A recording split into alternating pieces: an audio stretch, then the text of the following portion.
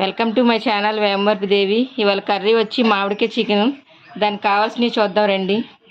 ఉల్లిపాయ ముక్కలు, పచ్చిమిరకాయలు, మామిడికాయ ముక్కలు, సరిపడా కారం, ధనియాల పౌడర్, మసాలా, సాల్టు, అల్లం వెల్లుల్లి పేస్ట్ చేసుకోవాలి.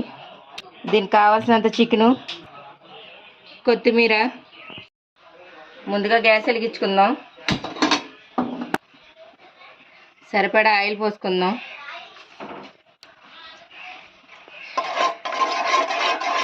నూనె కాగిపోయింది. మనం కోసుకుని ఉల్లిపాయ పచ్చిమిరపకాయ ముక్కలు ఇందులో వేసేసుకుందాం. ఇవి బాగా వేగాలి. ఉల్లిపాయలు అయితే వేగిపోయినాయి. ఇప్పుడు మనం కడిగి పెట్టుకున్న చికెన్ ఇందులో వేసేసుకుందాం.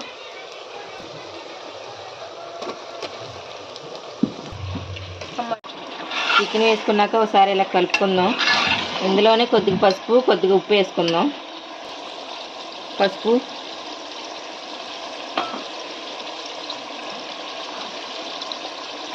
ఒక స్పూను ఉప్పు. ఒకసారి కలుపుకొని మూత పెట్టేసుకుందాం. ఒక 10 నిమిషాలు మూత పెట్టుకొని తర్వాత చూసుకుందాం. ఒకసారి మూత తీసి చూసుకుందాం. ఇలా కలుపుకుందాం. ఇందులోనే సరిపడా కారం,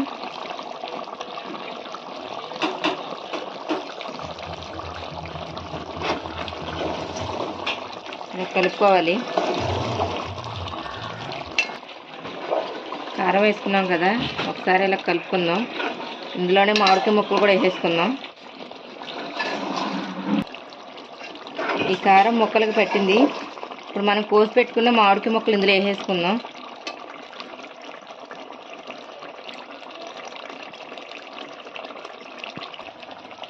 మామిడికాయ ముక్కలు వేసుకున్నాక ఒకసారి కలుపుకుందాం. ఇలాగా కలుపుకొని ఒక 5 నిమిషాలు మూత పెట్టేసుకుందాం. మామిడికాయ ముక్కలు మగ్గిపోయినాయి చూసారా. ధనియాల పొడి, మసాలా ఒకసారి కలుపుకొని మూత పెట్టేసుకుందాం. మన కర్రీ అయితే అయిపోయింది. చూడండి, ఆయిల్ ఇలా బయటకు వచ్చింది. లాస్ట్ని కొత్తిమీర వేసుకుందాం. కర్రీ అయితే అయిపోయింది. ఇంక మన ప్లేటింగ్ చేసుకొని చూపిస్తారండి. ప్లేటింగ్ అయితే ఇలా చేసుకున్నాను. ఈ వీడియో నచ్చితే లైక్ చేయండి, షేర్ చేయండి.